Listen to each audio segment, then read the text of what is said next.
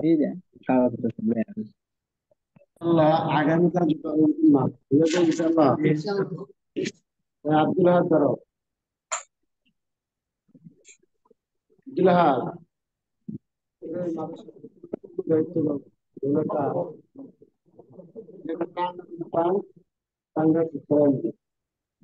আইনে মাদ্রাসা যত প্লেট আছে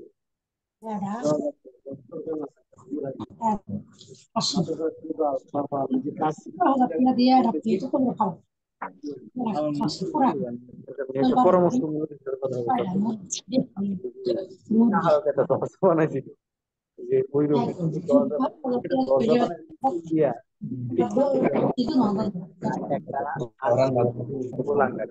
যে এই রুমটা দিয়ে দেওয়া হয় ক্লাস ব্যাগ ডেস্ক এই জায়গা থাকে একটা টাঙ্ক হয়ে যায় পরামর্শ হলে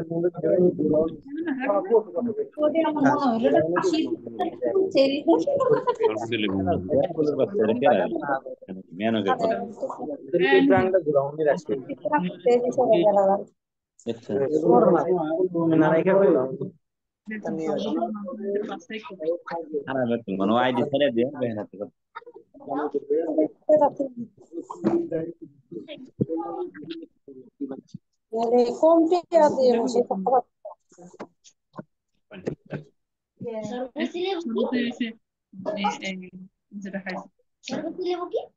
আচ্ছা না এটা হচ্ছে তো কি এখন না ওই সময় মুখটা যায় হাল আর কি করা আমি যেদিন দায়িত্ব থাকবো আগামীকালের দায়িত্বটা দিয়ে দেবো আমার পক্ষ থেকে ইমরান দ্বারা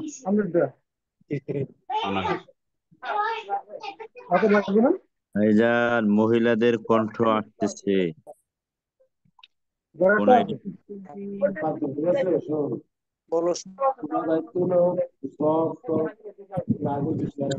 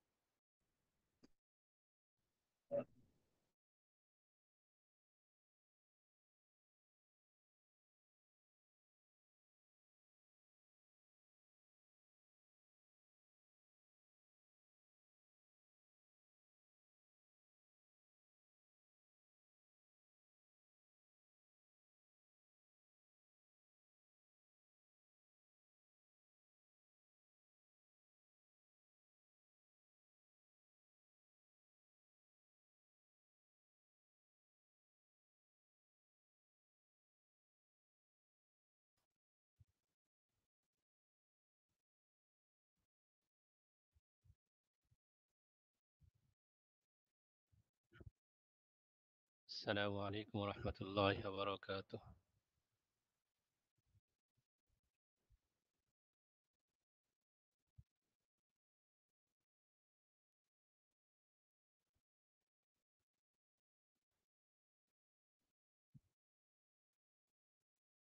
السلام عليكم ورحمة الله وبركاته.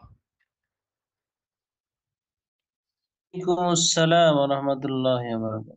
ওয়ালাইকুম أنا ভালো সালাম। আছেন সবাই? জি জি, আলহামদুলিল্লাহ আপনি জি, কেমন আছেন আলহামদুলিল্লাহ। জি। আলহামদুলিল্লাহ। আজকে দেরি তুলনামূলক একটু বেশি হয়ে গেল, সমস্যা তো নেই শুরু করা যাক। আজকে আমাদের আলোচ্য বিষয় গতকাল বলে রেখেছিলাম আল ফুকাহা উল্লাযীনা মানাউ মিনাল ইফতাই ফীমা লাম ইয়াকা।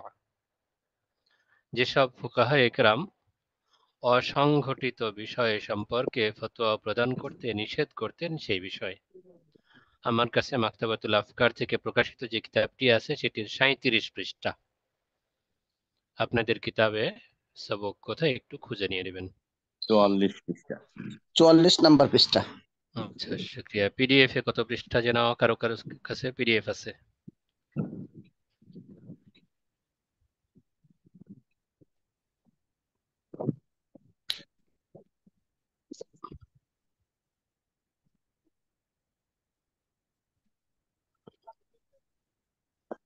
আচ্ছা, যাদের পৃষ্ঠা নাম্বার খুঁজে পেতে দেরি হচ্ছে তারা পৃষ্ঠা নাম্বার খুঁজতে থাক। আমরা গতকালের একটা বিষয় নিয়ে একটু আলোচনা করতে পারি। আল ফাতোয়া ফি আহদি তাবিঈন, তাবিঈদের যুগে ফতোয়া সম্পর্কে সংক্ষিপ্ত আলোচনার গতকালের দুটো বিষয় ছিল।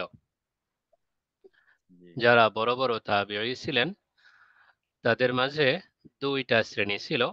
এক শ্রেণী ফতোয়া ইফতার বিষয়টা ততটা গুরুত্ব দিতেন না, এক্ষেত্রে তারা মনোযোগী ছিলেন না, তারা শুধুই হাদিস বর্ণনা করতেন, হাদিস নিয়ে তাদের ফিকির ছিল, যাবতীয় কর্মব্যস্ততা ছিল।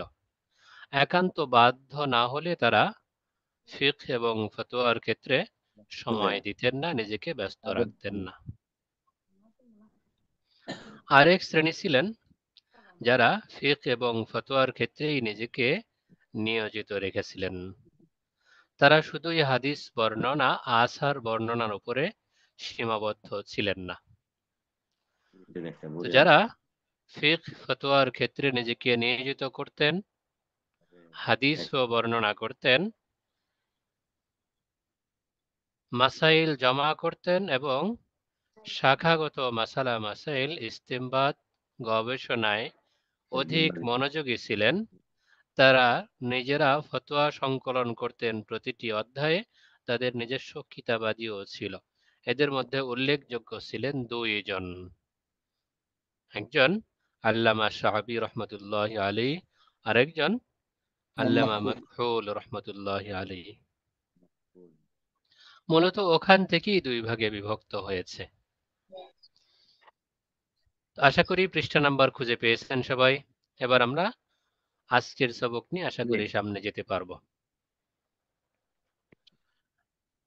আজকের বিষয় একটু লম্বা আলোচনা করতে গেলে অনেক বড় হয়ে যাবে, আজকেও তুলনামূলক সংক্ষিপ্ত আলোচনাতেই আসব। মূলত এক অংশের আলোচনা। যে সমস্ত ফুকাহা একরাম অসংগঠিত বিষয়ে ফতোয়া প্রদান নিজেরা করতেন না, অন্যদেরকে নিষেধ করতেন, অর্থাৎ যে বিষয়টা এখনো অস্তিত্বে আসেনি এরকম কোনো বিষয়ে তারা কথা বলতেন না। তো আল ফুকাহা উল্লাযীনা মানাউ মিনাল ইফতাই ফীমা লাম ইয়াকা, ওই সমস্ত ফুকাহা একরাম যারা অসংগঠিত বিষয়ে ফতোয়া প্রদান করতে নিষেধ করতেন। আম্মাল কিসমুল আউয়ালু, প্রথম প্রকার, ফাকাদ যাহাবা ইলা আন্নাল মুফতিয়া বিল ফাকিহা ইয়ানবাগি আন ইয়াকতাসিরা আলাল মাসাইলিল ওয়াকিআতিল হাকীকিয়া আল্লাতী উরিজাত আলাইহি মিন আহাদিম মিম্মান ইবতুলিয়া বিতিলকাল মাসাইল। প্রথম প্রকার ফুকাহা একরাম, তাদের অভিমত হচ্ছে মুফতি ও ফুকাহা একরামের জন্য বাস্তবসম্মত মাসালার ওপর সীমাবদ্ধ থাকা উচিত। এ জাতীয় মাসালার সম্মুখীন ব্যক্তি কর্তৃক মুফতি সাহেবের নিকট উপস্থাপিত হয়। তো ফাকাদ যাহাবা ইলা আন্নাল মুফতিয়া বিল ফাকিহা, প্রথম প্রকার ফুকাহা একরাম যারা নিজেদের অবস্থান নিয়ে গেছেন যে মুফতি সাহেব এবং ফকিহের জন্য ইয়ামবাগি, উচিত হলো আন ইয়াকতাসিরা আলাল মাসাইল, ওই সমস্ত মাসাইলের উপরেই সীমাবদ্ধ থাকা, আল ওয়াকিআ, যা সংঘটিত হয়েছে, আল হাকিকিয়া, বাস্তবে বাস্তবে সংঘটিত হয়েছে, এইরকম মাসাইলের উপরেই মুফতি সাহেব এবং ফকির জন্য সীমাবদ্ধ থাকা জরুরি।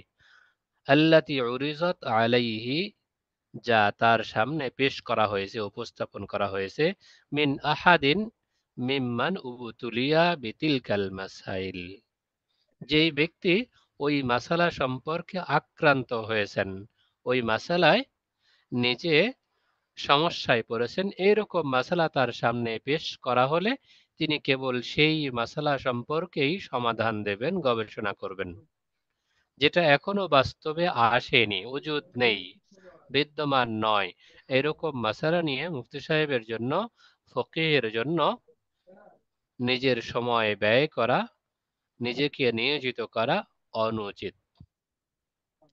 ওয়ালা ইয়ানবাগি লিল ফাকিহি আন ইয়াশতাগিলা বিতাফরিইল জুজিয়াত, وبيان حكم الأمور التي لم تقع فعلا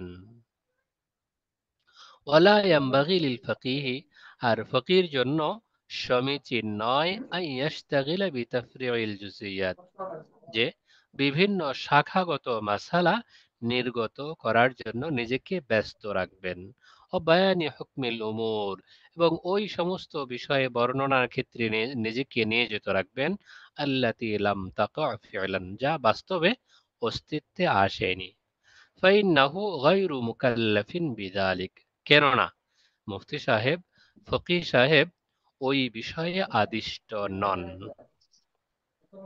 وربما يستدل على صحة هذا القول بالحديث المرفوع কখনো কখনো ফুকাহায়ে কেরামের এই যে শ্রেণী যারা অসংঘটিত বিষয়ে ফতোয়া প্রদান করতে নিষেধ করেন তারা দলিল প্রদান করেন ইউস্তাদাল্লু আলা সিহহাতি হাযাল কওল তাদের এই অভিমত সঠিক এই কথার উপর দলিল প্রদান করেন বিল হাদিসিস সরিহ বিল হাদিসিল মারফু হাদিসে মারফু এর আলোকে আল মারবিয়্যু আন আবি সালামা ইবনে আব্দুর রহমান মুরসালান যা আবু সালামা বিন আব্দুর রহমান রাদিয়াল্লাহু তাআলা আনহু থেকে মুরসাল সূত্রে বর্ণিত হয়েছে قال তিনি বলেন قال রাসূলুল্লাহ সাল্লাল্লাহু আলাইহি ওয়াসাল্লাম রাসূলুল্লাহ সাল্লাল্লাহু আলাইহি ওয়াসাল্লাম ইরশাদ করেছেন লা তাস্তাজিলু বিল বালিয়াতি ক্বাবলা নুজুলিহা আমাদের তোমরা জহিরুল ভাই মিউট করেন।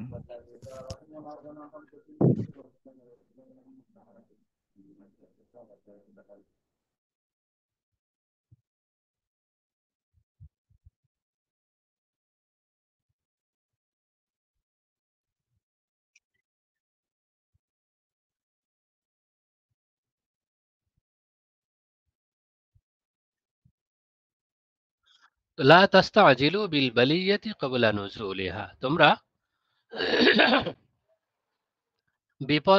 বিপদ আপদ আসার পূর্বে তার সমাধানে তাড়াহুড়া করবে না লা তাস্তাজিলু তোমরা তাড়াহুড়া করো না বিল বালিয়াতি বিপদ আপদ সম্পর্কে ক্বাবলা নুজুলিহা তা বাস্তবে সংঘটিত হওয়ার পূর্বে অর্থাৎ বিপদ আপদ আসার পূর্বেই তার সমাধানের জন্য তাড়াহুড়া করো না ফাইন্নাকুম ইযা ফাআলতুম যালিকা লাম ইয়াজাল মিনকুম মান ইউওয়াফফাকু ওয়া ইউসাদ্দাদু কেননা তোমরা যদি এমন করো অর্থাৎ অসংঘটিত বিষয়ে তাড়াহুড়া না করো তাহলে তোমাদের মধ্যে সর্বদা এমন একজন ব্যক্তি বিদ্যমান থাকবেন যিনি সমস্যা নির্ণয়ে সঠিক পথ প্রাপ্ত ও সমাধানে তৌফিক প্রাপ্ত হবেন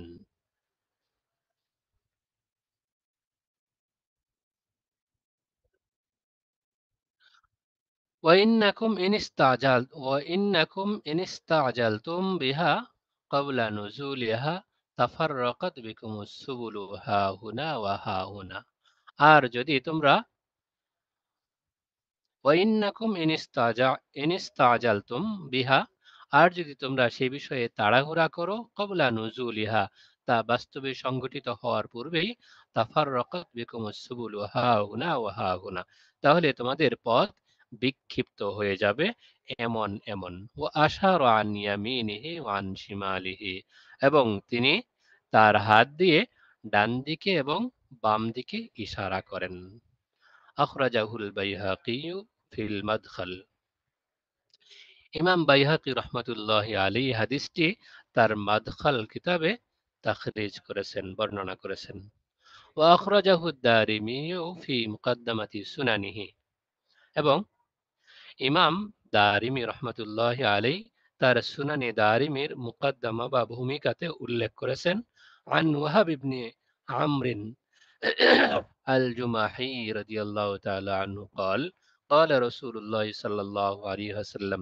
তিনি ওয়াহাব ইবনে আমর জুমাহি রাদিয়াল্লাহু তাআলা আনহু থেকে বর্ণনা করেছেন তিনি বলেন قال رسول الله صلى الله عليه وسلم রাসূলুল্লাহ সাল্লাল্লাহু আলাইহি ওয়াসাল্লাম বলেছেন আগের হাদিসের অনুরূপ লা তা'জালু বিল বালিয়াতি ক্বাবলা নুজুলিহা, তোমরা বিপদ আপদ আসার পূর্বেই তার সমাধানে তাড়াহুড়া করো না। ফাইন্নাকুম ইন লা তা'জালুহা ক্বাবলা নুজুলিহা, কেননা যদি তোমরা তা আসার পূর্বেই সে সম্পর্কে তাড়াহুড়া না করো, লা ইয়ানফাক্কুল লা ইয়ানফাক্কাল মুসলিমুনা ওয়া ফীহিম ইযা হিয়া নাযালাত মান ইযা ক্বালা ওয়ুফিকা ওয়া সুদ্দিদা, কেননা যদি তোমরা তা আসার পূর্বেই, ওই বিপদ আসার পূর্বেই তাড়াহুড়া না করো, তাহলে মুসলমানদের মধ্যে এমন ব্যক্তি থাকবেন যাকে ওই সমস্যার সমাধানের জন্য তৌফিক দেয়া হবে এবং সুপথ দেখানো হবে। ওয়াইন্নাকুম আন তা'জালুহা তাখতালিফু বিকুমুল আহওয়াউ ফাতাখুযু হাকাযা ওয়া হাকাযা, আর যদি তোমরা তাড়াহুড়া করো, বিপদ আসার পূর্বেই তার সমাধানের জন্য তাড়াহুড়া করো, তাহলে তোমরা তোমাদের মনোপ্রবৃত্তির ক্ষেত্রে বিক্ষিপ্ত হয়ে যাবে। ফাতাখুযু হাকাযা ওয়া হাকাযা, এবং তোমরা এরকম এরকম গ্রহণ করবে।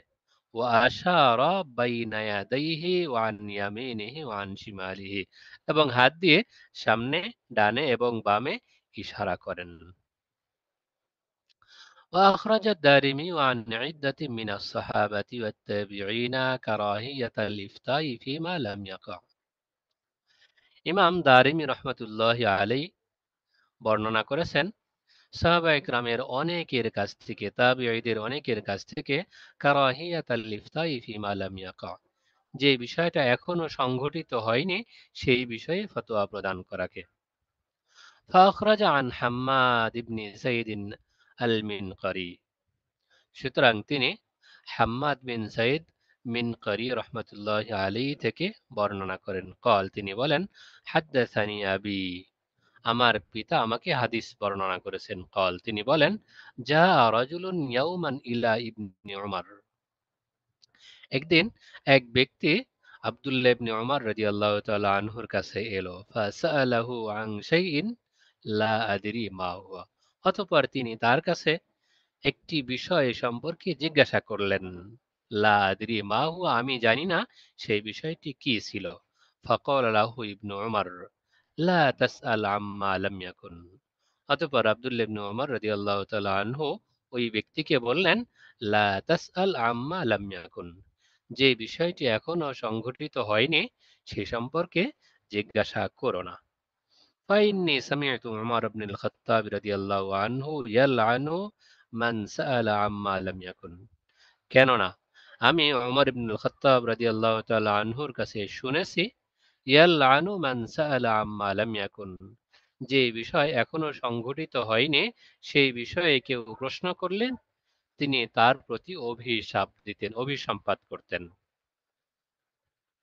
وعن الزهري قال, ইমাম জুহরি রহমতুল্লাহি আলাইহি থেকে বর্ণিত আছে, তিনি বলেন, বালাগানা আন্না যায়েদ ইবনে সাবিত আল আনসারী কানা ইয়াকুল, আমাদের কাছে মর্মে সংবাদ পৌঁছেছে যে যায়েদ ইবনে সাবিত আনসারী রাদিয়াল্লাহু তাআলা আনহু বলতেন, ইযা সুইলা আনিল আমরি, যখন তার কাছে কোনো বিষয় সম্পর্কে প্রশ্ন করা হতো তখন তিনি বলতেন, আকানা হাদা, এই বিষয়টি কি সংঘটিত হয়েছে? ফাইন ক্বালু, যদি তারা বলতো, নাম, হ্যাঁ সংঘটিত হয়েছে, নাম কদ কানা, হ্যাঁ সংঘটিত হয়েছে, হাদ্দাসা ফীহি বিল্লাযী ইয়ালামু ওয়াল্লাযী ইয়ারা, তখন তিনি সেই বিষয়ের সম্পর্কে যা জানতেন তা তাকে বর্ণনা করতেন, আর সে বিষয়ে তিনি যা মনে করতেন তা তাকে জানিয়ে দিতেন। ওয়াইন ক্বালু, আর যদি তারা বলতো, লাম ইয়াকুন, না সংঘটিত হয়নি, ক্বালা ফাযারুহু হাত্তা ইয়াকুন, তাহলে সেটা রেখে দাও যতক্ষণ পর্যন্ত না সংঘটিত হয়, অর্থাৎ বিষয়টি সংঘটিত হওয়ার আগ পর্যন্ত তিনি তার সমাধান দিতেন না।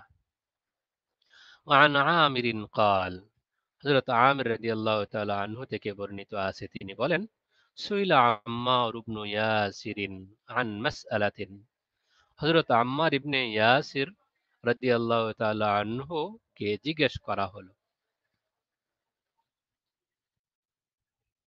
একটি মাসালা সম্পর্কে জিজ্ঞেস করা হলো। ফাকাল, তিনি বললেন, হাল কানা হাযা বা'দু, এটি কি সংঘটিত হয়েছে? ক্বালু, তারা বলল, লা, না, হয়নি। ক্বালা দাউনা হাত্তা তাকুন, বিষয়টি সংঘটিত হওয়ার আগ পর্যন্ত আমাদেরকে নিষ্কৃতি দাও, ছেড়ে দাও। ফাইদা কানাত ফাইদা কানাত তাজাশশামনাহা লাকুম, যখন সে বিষয়টি সংঘটিত হবে, ঘটবে, তখন আমরাই তোমাদেরকে ডেকে বলার দায়িত্ব গ্রহণ করব। ফাইদা কানাত, যখন ঘটবে, তাজাশশামনাহা লাকুম, তোমাদেরকে বলার জন্য আমরাই দায়িত্ব গ্রহণ করব। আন তাউসিন রাদিয়াল্লাহু তাআলা আনহু قال, হযরত তাউস রাদিয়াল্লাহু তাআলা আনহু থেকে বর্ণিত আছে, তিনি বলেন, قال উমর আলাল মিম্বার, হযরত উমর রাদিয়াল্লাহু তাআলা আনহু মিম্বারে থাকা অবস্থায় বললেন, উহাররিজু বিল্লাহি আলা রাজুলিন সাআলা আম্মা লাম ইয়াকুন।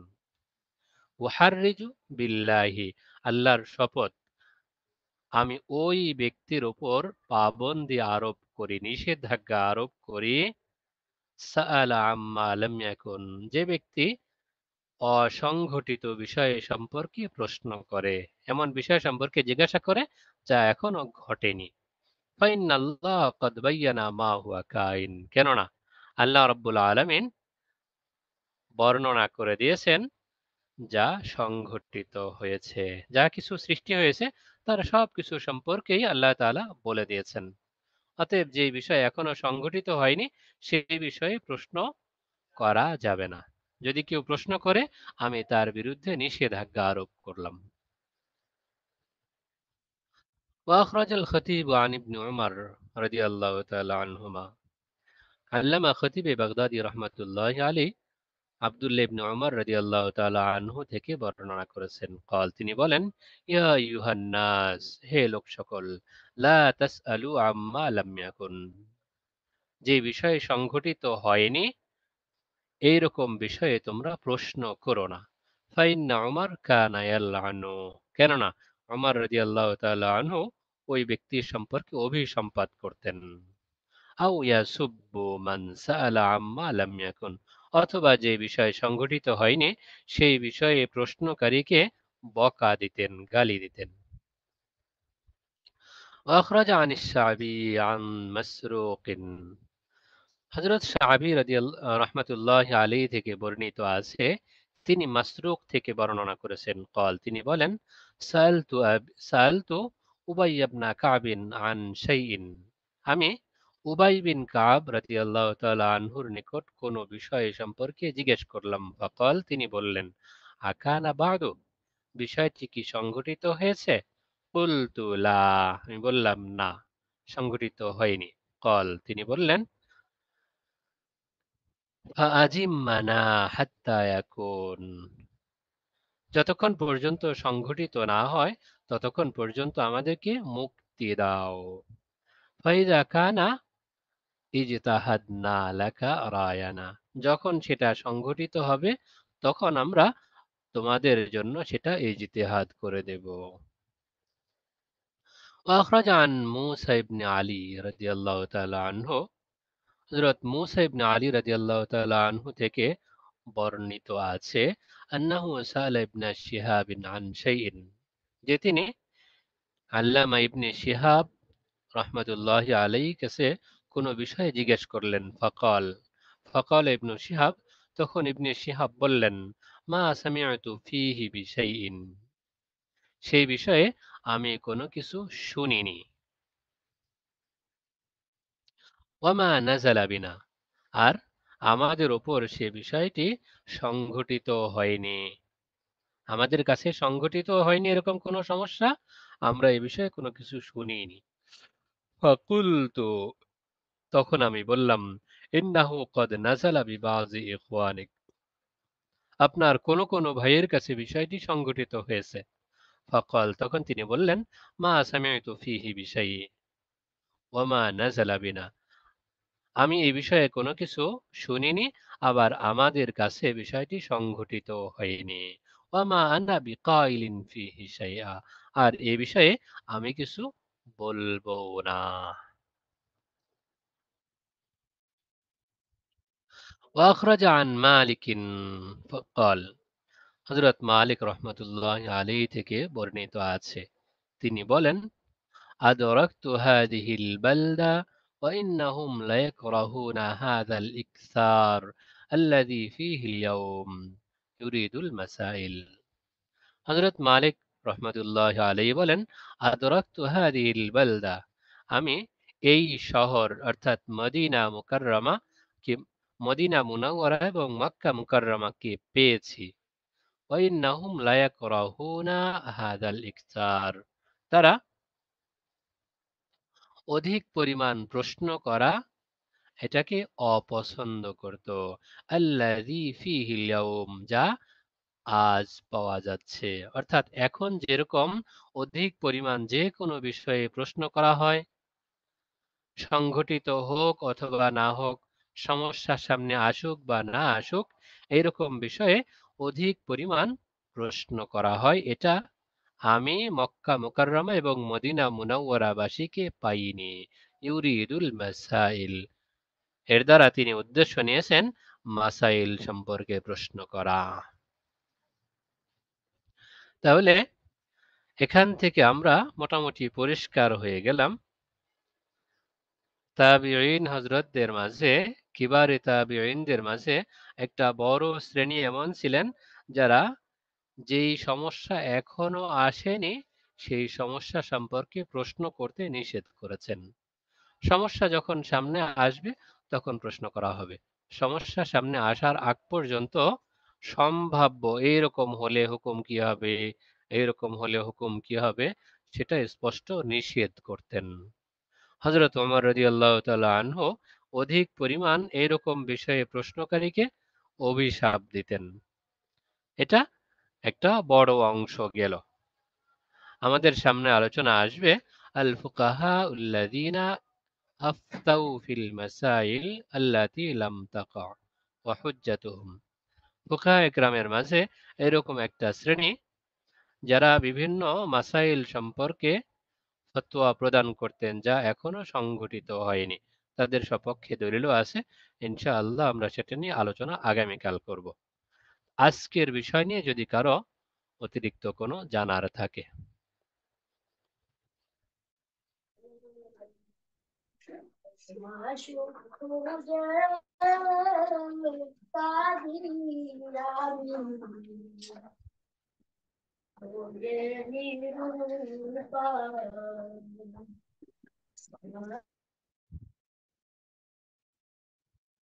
গজল বলতেছে কি? জি, আজকের বিষয় সম্পর্কে কারো কোনো প্রশ্ন থাকলে বলতে পারেন। আসসালামু আলাইকুম ওয়া রাহমাতুল্লাহ। ওয়ালাইকুম আসসালাম ওয়া রাহমাতুল্লাহি ওয়া বারাকাতুহু। এই ওস্তাদ দর্শি, আজকের প্রশ্ন না, আমি একটু দর্শির বাইরে থেকে একটু প্রশ্ন করতে চাই। সেটা হলো শব্দ গঠিত আমার এলাকায়। আমাদের জি, এই এলাকায় একটা জানাজা হিসেবে তার 4 তাকবীর দেওয়া তো ফরজ, 4 তাকবীরের কম হলে তো জানাজা হয় না। তো জি, 4 তাকবীরের কম দেওয়া হয়েছে, 3টে দেওয়া হয়েছে, বাইরের পিছনে থেকে লোকমা দিছে। এখন লোকমান এসে কিনা এটা সন্দেহের মধ্যে পড়ে গেছে। তো লাশকেও দাফন করা হয়ে গেছে। পরে জানা হইলো যে সে লোকমা নেয় নাই। জি। তো এখন এই মুহূর্তে আহ পরে আমি কয়েকজনকে নিয়ে তার কবরের উপরে দ্বিতীয়বার জানাজা আদায় করে দিয়েছি। তো এটা সঠিক হবে কিনা বা হয়েছে কিনা? জি, সঠিক হয়েছে। যদি ইমাম সাহেব লোকমা গ্রহণ মানে আমি যে করতেন পরে আর অথবা ইমাম সাহেব লোকমা গ্রহণ না লোকমা করলেও গ্রহণ করলে তো হয়ে যেত ওস্তাদজি। সালাম ফেরানোর আগে মুসল্লিরা যদি আরেক তাকবীর দিয়েও জানাজা শেষ করতেন তবুও জানাজা হয়ে যেত। একান্ত কবরের উপরে যেহেতু অর্থাৎ নির্দিষ্ট মুসল্লিরা, সময়ের আগে পড়া হয়েছে, সমস্যা নেই। আর ওই ওখানে যেটা বললেন সেটা হলো যদি মুসল্লিরাও তাকবীর দিত তাহলে হয়ে যেত, হ্যাঁ, এমাম না মুসল্লিরা দিলেও। যদি অতিরিক্ত তাকবীর দিয়ে জানাজা পড়তো তাহলেও হয়ে যাওয়ার কথা। আসসালামু আলাইকুম রহমতুল্লাহ। যাই হোক, সন্তান থাকার ওয়ালাইকুম কারণে পরে আসসালাম। আমি আর কি কয়েকজন মুসলিম কবরে আদায় করে দিয়েছি। যে আমি জাযাকুমুল্লাহ। যেখানে আছি শুক্রিয়া। ওখানে গ্রাম সাইড তো, যার কারণে যে মসজিদে আর কি যে মহল্লার মসজিদে থাকি, ওই মহল্লার মসজিদটা একটু একটু মানে লোকালয়ের সাইডে আর কি।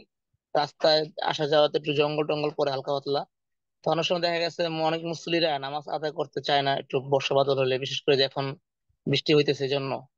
এখন জি। ফেরানো ছিল না গতকাল রাত্রে। এখন ইমাম সাহেব বাড়িতে একটু দূর হওয়ার কারণে সে অনেক সময় আসে না। যে রাস্তাঘাটে বিপদ আপদ থাকতে পারে বা বিচ্ছু টিচ্ছু কামড় দিতে পারে, সাপ কামড় দিতে পারে। এজন্য বলছে, সে জানে বলে যে যেহেতু মুসল্লি আসে না, তা আমি একা ইনফিরাদি নামাজ পড়ি না। এখন কি তা এটা ঠিক হবে কিনা না সব সময় যত বাধা আসুক না কেন বা যত সমস্যা হোক না কেন মসজিদে নামাজ আদায় করতেই হবে, ইনফিরাদি হোক বা জামাতের সহিত হোক? বিষয়টা কিরকম? কি ইমাম সাহেবের জন্য নাকি মুসল্লিদের জন্য? ইমাম সাহেব যেহেতু সে দায়িত্বশীল, এই আর কি। আসলে ইমাম সাহেব তো মসজিদ কর্তৃপক্ষ থেকে নিয়োজিত। যদি বাস্তবিক অবস্থায়, আমার ব্যক্তিগত অভিমত বলছি, যদি বাস্তবিকই আপনার বর্ণনা মতে এরকম হয়, মুসল্লি আসলেও খুব একটা বেশি হয় না, বা এরকম জটিল মুহূর্তে মুসল্লি থাকেই না। জি এটা মুসল্লিরাও জানে যে এরকম মুহূর্তে আমরা মসজিদে যাই না। সেই হিসেবে ইমাম সাহেব মাঝে মাঝে অনুপস্থিত থাকলেও তারা সমস্যা মনে না করে, তাহলে সমস্যা নেই। এমনি মসজিদের হক মানে এরকম কিছু নেই যে মসজিদের হক আদায় হবে না বা গুনাহগার হবে, এরকম কিছু? মনে হয় না। আসসালামু আলাইকুম রহমতুল্লাহ। জাযাকাল্লাহ সাজিদ। ওস্তাজি একটু আমি বলি ওয়ালাইকুম ওস্তাজি। আসসালাম ওয়া রাহমাতুল্লাহ। জি বলেন। ওস্তাজি ওই জি যে ওস্তাদ। আপনি যেটা বললেন, যে আমি হাদিসে পাইছি যে আপনার বৃষ্টির দিনে অথবা আশা কি বলে ঝড় তুফানের দিনে সাহাবীরা মানে বিলাল সাহাবীরা নাকি বলতো যে তোমরা ঘরেই নামাজ আদায় করো, মসজিদে আসার দরকার নাই। এটা আমি মানে ফাজলে আমলের মধ্যে হাদিসটা পাইছি আর কি, এরকম দুই তিনটা হাদিস পাইছি। এখন এটা কি এটা এটা কি হবে যে বৃষ্টি হলে বা আসতে সমস্যা হলে তাহলে মসজিদে আসার দরকার নাই, ঝড় তুফান হলে তোমরা ঘরের মধ্যে নামাজ আদায় করো, মসজিদে জামাতে আসার দরকার নাই, এরকম সব ঘোষণা হইতো আর আসলে কি। মসজিদের জামাতে শরীক হওয়া এটা সুন্নাতে মুআক্কাদা। যদি সমস্যা থাকে তো সুন্নাতে মুআক্কাদা কখনো কখনো সমস্যার কারণে ছেড়ে দেওয়ার অবকাশ আছে। যদি ওয়াজিব হতো তাহলে ছেড়ে দিলে গুনাহ হতো। যেহেতু এটা সুন্নাতে মুআক্কাদা, অতএব সমস্যার কারণে ছাড়ার অবকাশ আছে। ঝড় তুফান, বৃষ্টি, রাস্তায় জটিল কোনো আশঙ্কা, এটা এর অন্তর্ভুক্ত। জি জি জি। আসসালামু আলাইকুম আসসালামু রহমতুল্লাহ। আলাইকুম। ওয়ালাইকুম হুজুর একটা আসসালাম ওয়া প্রশ্ন। রাহমাতুল্লাহ। হুজুর জি প্রশ্নটা হলো, ওই যে আমরা তো জানি যে তৃতীয় রাকাতে মানে চতুর্থ যখন চার রাকাত নামাজের মধ্যে চতুর্থ রাকাতে সে তো সরাসরি সেজদা থেকে সরাসরি সোজা হয়ে দাঁড়িয়ে যাবে। এখন উনি ভুলে বসে গেছেন, কিন্তু তিন তাসবিহ পরিমাণ সময় হয় নাই, বসার সাথে সাথে মুসল্লি লোকমা দিয়ে দিস। তো লোকমা দেওয়ার পরে উনি দাঁড়িয়ে গেলেন। দাঁড়িয়ে যাওয়ার পরে উনি তো যেহেতু তিন তাসবিহ পরিমাণ সময় লাগে নাই, এই জন্য তিনি আর সেজদা সহু করেন নাই। না জি করার কারণে নামাজের পরে মুসল্লিরা পক্ষে বিপক্ষে, হুজুর মাসলা জানে না, কেন সেজদা শুরু করলো না, ভুল তো হইলো। এই হুজুর মাসলা বলার পরেও অনেক মুসল্লি মানতে চাচ্ছে না। একটা জি মানে ঝগড়া ফাসাদ বা আপসের মধ্যে একটা কানাঘষা শুরু হয়ে গেছে। তো এখন জি জানার বিষয় হলো, সামনে যদি এরকম কখনো সিচুয়েশন আসে বা এরকম ধরনের কোনো ধরনের ভুল হয় যে বাস্তবে সেজদা ওয়াজিব হয় নাই, কিন্তু সাধারণ একটু জি। ভুল জহির দেখা যায়, এই ক্ষেত্রে কি পরবর্তীতে সেজদা সাহু ওয়াজিব না হলেও কি নামাজ শেষে সেজদা সাহু দেওয়া বৈধতা আছে কিনা, দেওয়া যাবে কিনা, দিলে বা নামাজের কোনো ক্ষতি হচ্ছে কিনা? যদি এরকম বিষয়টা একটু। আপনি যেভাবে বললেন, জি আমি একটু উল্টো করে যদি ধরি, আসলেও মুসল্লিরাও বিষয়টা জানে যে হ্যাঁ, এইরকম এক তসবিহ দুই তসবিহ পরিমাণ হলে সিজদায়ে সাহু লাগে না। ইমাম সাহেব জি বসে গেছেন, লোকমা দেওয়ার পরে উঠে পড়েছেন, সিজদায়ে সাহু ওয়াজিব হয়নি, তারপরেও ইমাম সাহেব সিজদায়ে সাহু দিয়েছেন, তখনও তো জি ঝগড়া লাগবে। তখন কি হবে? জি জি বুঝেছেন? জি জি বুঝতে বিষয়টা। জি মাসালা আপন অবস্থায় বহাল থাকবে মুসল্লিদেরকে আসলেও বুঝাইতে আমরা হবে। একটু চেষ্টা করলে সম্ভব মাঝে মাঝে কিছু মাসালা মুসল্লিদেরকে বলতে হয় কোন জি কোন জি কারণে সিজদায়ে সাহু ওয়াজিব হয়, কখন সিজদায়ে তিলাওয়াতের কারণে সিজদা করতে হয়, এরকম বিষয়গুলো মাঝে মাঝে আলোচনায় আনলে তখন মুসল্লিদের মাঝে মাসলা সম্পর্কে সচেতনতা আসে। ইমাম সাহেব জি যেটা বলেন তখন তারা সহজেই মানে। আর যখন মসজিদে এরকম কোনো বিষয় নিয়ে কখনোই আলোচনা হয় না, মুসল্লিরা অজ্ঞ, মুসল্লিরা মনে করে আমরা যেমন জানি না ইমাম সাহেবও জানে না, জি তখন মাসালা বললে ইমাম সাহেব সম্পর্কে তাদের আগের থেকেই ধারণা দুর্বল থাকার কারণে মানতে চায় না। জি জি। এখন আসলে যদি এক দুই তাসবির কারণে জি মাসালাটা সামনে এক জি দুই তাসবির কারণে সিজদায়ে সাহু ওয়াজিব আসলেও হয় না। একান্ত কেউ যদি মনে করে বসে আমার সিজদায়ে সাহু ওয়াজিব হলোই কিনা এরকম আশঙ্কায় থেকে জি শেষে সিজদায়ে সাহু করে আর সিজদায়ে সাহু ওয়াজিব জি হয়নি, তাহলে এটা মাকরুহে তানজিহি জি হবে, নামাজ হয়ে যাবে। আসসালামু জি। আলাইকুম রহমতুল্লাহ। জাযাকুমুল্লাহ। উস্তাদ জি, আমার একটা প্রশ্ন ছিল। ওয়ালাইকুম আসসালাম। জি, উস্তাদ জি আসসালামু আলাইকুম। ওয়ালাইকুম আসসালাম রহমতুল্লাহ বারাকাতুহ। উস্তাদ জি আমি একটা প্রশ্ন করতে চাচ্ছিলাম আহ ম- মসজিদ সংক্রান্ত আর কি। জি প্রশ্নটি হচ্ছে আহ আমি একটা মার্কেট মসজিদে দায়িত্বরত আর কি, খেদমত খেদমত করতেছি। জি তো এইখানে শুক্রবারের দিন মার্কেটের মসজিদটা বন্ধ থাকে, মানে মার্কেটই বন্ধ থাকে, মসজিদ বলতে মার্কেটই বন্ধ থাকে, শুধু জি জুমার নামাজটা হয়। মানে জি মার্কেট বন্ধ থাকলেও জুমার সময় মসজিদের কারণে মার্কেটটা খুলে দেওয়া হয়, আবার নামাজের পরে মার্কেটটা বন্ধ করে দেওয়া হয়। জি তো এখন মূল বিষয় যেটা জানার আর কি সেটা হলো যে যখন অন্যান্য দিন তো স্বাভাবিকই 5 ওয়াক্ত নামাজ চলতেছে, ফজরের সময় মুসল্লি থাকে না, দু একজন হয়তো গার্ড যারা থাকে তারা, খাদেম মজিন অথবা আমি আমি থাকি না, আমার থাকার দায়িত্ব নাই বিধায় থাকি না। এখন প্রশ্নটা হচ্ছে যে আমি শুক্রবারের দিন টোটাল ডিউটিটা আমাকে ইমাম সাহেব হোক, মজ্জিন হোক অথবা খাদেম হোক, যে কারো থাকতে হয়। তো ক্ষেত্র সময় দেখা যায় যে অনেক সময় কোনো ওয়াক্তে, অর্থাৎ শুক্রবারের দিন শুধু, এটা হয়তো দেখা যাচ্ছে আসরে অথবা মাগরিবে অথবা এশায়, কোনো কোনো সময় দেখা যায় যে একা একা নামাজ পড়া লাগতেছে, কেউ থাকে না। তো তখন জি আমার তো একা একা তো আর জামাত হয় না। তো এই জি ক্ষেত্রে বিষয়টা সম্বন্ধে আপনার কাছ থেকে একটু জানতে চাচ্ছি যে সেক্ষেত্রে কি করণীয়, বা আদৌ মানে অন্য কোনো ব্যবস্থাপনা নিতে হবে কিনা, শরীয়ত এটাতে কি বলে, এই জিনিসটা একটু জানতে চাচ্ছিলাম আসলে। কোন বিষয়ে ব্যবস্থাপনা? মানে এই যে আমি হয়তো একা করতেছি মসজিদে, যেহেতু জুমা হয় আবার 5 ওয়াক্ত নামাজ হচ্ছে, কিন্তু শুক্রবারের দিন হয়তো একা একা কোনো ওয়াক্ত একা একা পড়তে হচ্ছে, কোনো মুসল্লি নাই, গার্ড হয়তো জি আসতেছে না, তো তখন আমাকে জামাতে মানে একা পড়তে হচ্ছে। তো এই জি ক্ষেত্রে জি তো হয়তো দেখা যাচ্ছে দু এক ওয়াক্ত একাই পড়া লাগে, জামাত হচ্ছে না, তো এই ক্ষেত্রে কি কোনো মানে মাসালা বর্তাবে কিনা? না না, এতে সমস্যা নাই। মুসল্লি আসলে তখন মুসল্লি না জামাত হতো, মুসল্লি যখন নেই তখন জামাত কিভাবে হবে? তো তখন তো সেক্ষেত্রে একাই আমি পড়তে দোষী, হবে। মানে আমি জামাত মিস করতেছি এরকম কোনো হবে কিনা অর্থাৎ? না, এরকম আশা করা যায় হবে না। বাকি নিজের জামাত ধরে রাখার জন্য কোনো অক্তই আমি জামাত ছাড়া পড়বো না, বিষয়টা যদি এরকম দৃঢ় প্রতিজ্ঞা থাকে তাহলে জি প্রয়োজনে একটু তদারকি করে আশপাশে দু একজনকে নিয়ে আসা, গার্ড যারা আছে তাদেরকে একটু দাওয়াতি মেহনত করলে আশা করা জি। যায় এটা সহজ হয়ে যাবে আর একা একা পড়তে হবে না।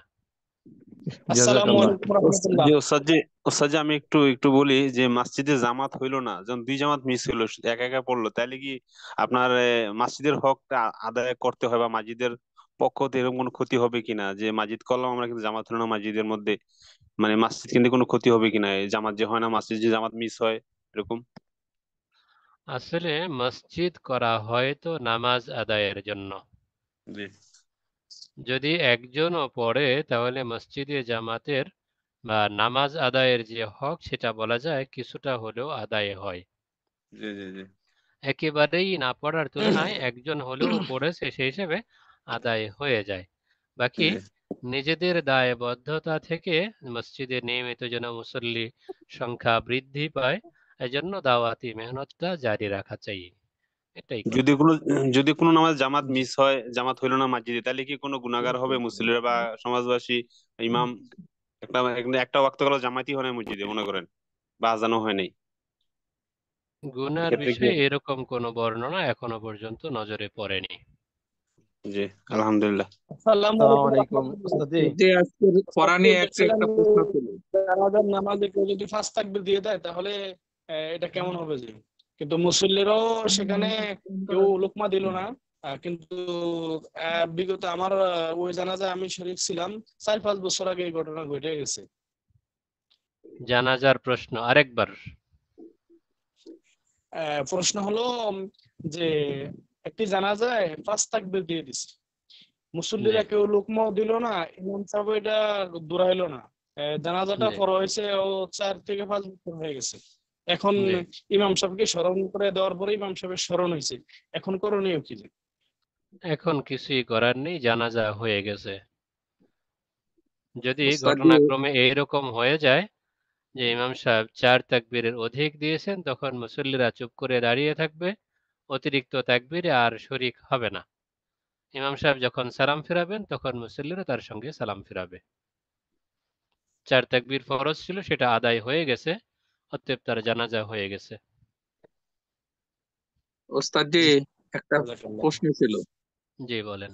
আজকের এই সবক নিয়ে, আজকের এই পড়া, যেহেতু এরকম সারাংশ বোঝা গেল যে কোনো জিনিস সংগঠিত না হলে কোনো উত্তর দিতেন না, জি তাহলে এই ফতোয়াগুলা কোন শ্রেণীর মধ্যে পড়তেছে হযরত? আমি ফতোয়া যে আমরা 3 প্রকারের পড়ে আসলাম। শুরুতে বিষয়টা সম্পর্কে বলেছি, সবক শেষ হওয়ার পরেও বলেছি। আজকের সবকের মূলত অংশ 2টা ছিল। একটা জি অংশ আলোচনায় আনলে অনেক লম্বা হয়ে যেত, আমরা এই ঘন্টায় শেষ করতে পারতাম না, যার কারণে দ্বিতীয় পার্টটা সামনে আনাই হয়নি। আরো কিছু ফুকাহে কেরাম আছেন যারা সংগঠিত হয়নি এরকম বিষয়েও ফতোয়া প্রদান করতেন। তাদের জি সহমতের পক্ষে দলিলও আছে, সেই দলিলটা ইনশাল্লাহ আমরা আগামীকাল পাবো। এক শ্রেণী ছিলেন বিষয় সংগঠিত হলেই ফতোয়া দিতেন, যে বিষয় জি এখনো জি সংগঠিত হয়নি এরকম বিষয়ে সম্ভাব্য ফতোয়া কি হবে তা বলতেন না। এটা আমরা আজকে পড়েছি, আগামীকাল ইনশাল্লাহ পড়ব। যারা অসংগঠিত বিষয়েও ফতোয়া প্রদান করতেন তাদের সপক্ষে দলিলাদিল্লাহ যথেষ্ট মজবুত। তাছাড়া আমরা বর্তমান সময়ে সংগঠিত যে কোনো মাসালা সামনে আসছে আর উত্তর দিয়ে দিচ্ছি এরকম পেতাম না। বোঝাতে সালাম পেরেছি? আলাইকুম ওস্তাদজি। ওস্তাদজি, একটা প্রশ্ন করতে চাচ্ছি আর কি। যেমন ফরজ নামাজ বা ঈদের নামাজ, এগুলোতে ভুল হলে কখনো দ্বিতীয়বার পড়া হয়, জি জানাজার নামাজে কি এরকম পড়তে হয় কিনা হ্যাঁ, কোনো ভুল জানাজার হলে? নামাজেও যদি ফরজ 4 তাকবীর কমপ্লিট না হয় তাহলে দ্বিতীয়বার পড়তে হয়। তাকবীর অতিরিক্ত হয়ে গেলে পড়তে হয় না। জানাজার নামাজে মূলত 4টি তাকবীরই ফরজ। এই 4 তাকবীরের বাইরে আর যেগুলো আছে সেগুলো সুন্নাত, ওয়াজিবের কোনো স্তর এখানে নেই। সেই হিসেবে এই তাকবীর সংখ্যা 4-এর কম হলে দ্বিতীয়বার পড়তে হয়, এছাড়া দ্বিতীয়বার পড়তে হয় না। এরপরে ওস্তাদজি, যদি সানা ঠিক রেখে দোয়া বা দরুদ শরীফ আগে পিছে হয়, সমস্যা হবে কি? সুন্নাতের খেলাফ হবে শুধু। জি।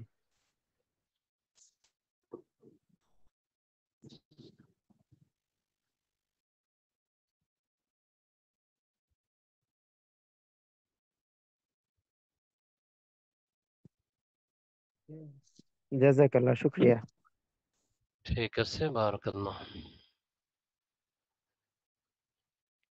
আরো জরুরি কোনো বিষয় কারো, নাকি শেষ করে দেব? আসসালামু আলাইকুম উস্তাদজি। ওয়ালাইকুম আসসালাম ওয়া রাহমাতুল্লাহ। আমার একটা প্রশ্ন ছিল, এটা হলো একেবারে ছোট, যে আমি নামাজের সেজদায় যাব, কিন্তু সেজদায় যাইতে গিয়ে দেখি যে মানে আমার আজকে ঘটছে, আমার মানে একেবারে সেজদার কপাল বরাবর কোনো বজ্র, কোনো প্রাণীর বজ্র। এখন কি আমি ডান দিক বা বাম দিকে কোনো দিকে একটু করতে পারবো, নড়াচড়া করতে পারবো, বা সেজদার জায়গা আমি পরিবর্তন করতে পারবো? হ্যাঁ অবশ্যই, যদি নাপাক জায়গায় সিজদা করা হয় তাহলে তো নামাজই হবে না। জি জি অবশ্যই নাপাক জায়গা বাদ দিয়ে ভিন্ন কোথাও সিজদা করতে হবে। জি, জাযাকাল্লাহ, শুকরিয়া। তবে এই সরার পরিমাণ একসাথে সর্বোচ্চ 2 কদম।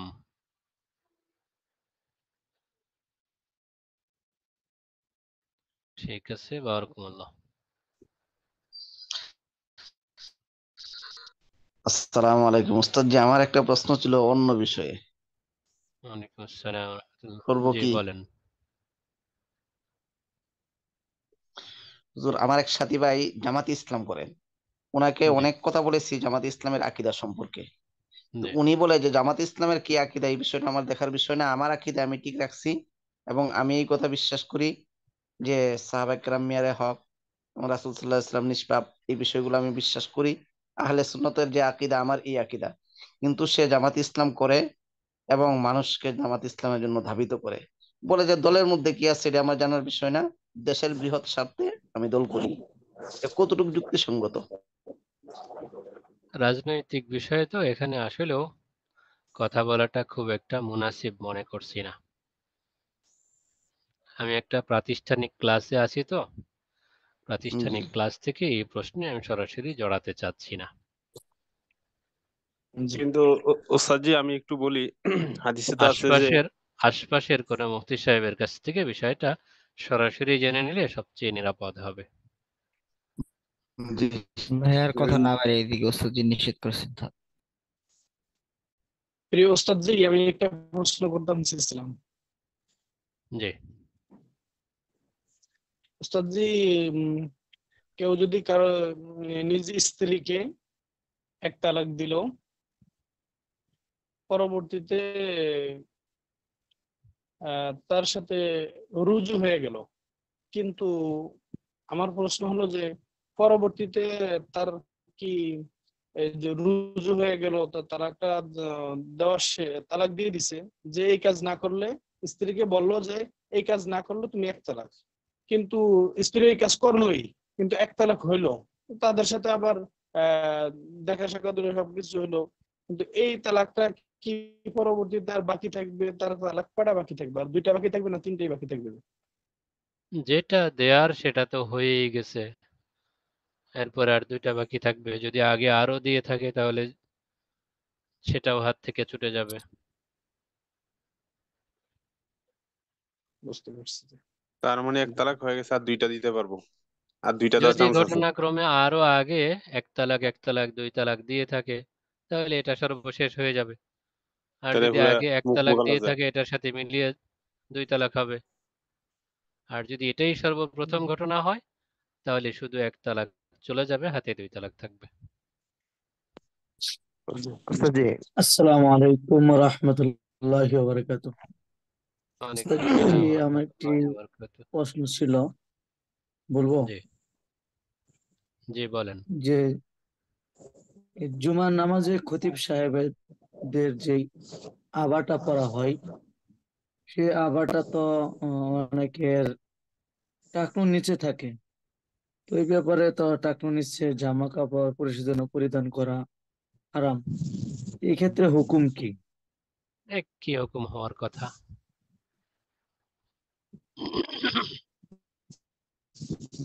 হুকুমটা এখন যদি পুরুষের জামা কাপড়ের ক্ষেত্রে যেহেতু প্রযোজ্য, সেটা জুব্বার ক্ষেত্রে হোক, লুঙ্গির ক্ষেত্রে হোক, প্যান্ট পাজামার ক্ষেত্রে হোক, আর আবার ক্ষেত্রে হোক, একই রকম হওয়ার কথা। হাদিসে তো এরকমই আছে, টাকনুর নিচে যে কাপড় থাকবে এটা জাহান্নামে হবে। ওখানে তো বলা নাই যে আবা টাবা এসব কিছু, কাবাটা জি পড়লে জি মাপ আছে। আবু হুরায়রা বলছে যে আমি যে পড়ি হুজুর, তখন বলে, তুমি তো হাঁটু নিচে পড়ো না, পড়ো না, কিন্তু তোমার লুঙ্গিটা ঝুলে না, তোমার তো অহংকার নাই, এরকম বলছিলাম আমি ওস্তাদ জি, বাড়ায় পড়ি। মা আসফালা মিনাল কাবাইনি মিনাল ইজারি ফিন্নার, হাদিসটা জি তো স্পষ্ট। এর জি মধ্যে জি কোনো কাপড় ইস্তেসনা করা হয়নি, বাদ দেওয়া হয়নি, সবগুলো একই রকম এর দ্বারা হওয়ার কি কথা। নামাজে কোনো সমস্যা হবে? না, এটার কারণে ব্যক্তিগতভাবে তিনি গুনাহগার হবেন, কিন্তু নামাজে সমস্যা হবে না। এটা নামাজের ভেতরগত কোনো বিষয় না। জাযাকুমুল্লাহু খাইর। ঠিক আছে, বারাকাতুল্লাহ, শেষ করা যায় মনে হয়। জি, সবাই ভালো থাকবেন, সুস্থ থাকবেন, দোয়া আছে। আসসালামু আলাইকুম ওয়া রাহমাতুল্লাহি ওয়া বারাকাতুহু। ওয়ালাইকুম ওয়ালাইকুম আসসালাম। আসসালাম।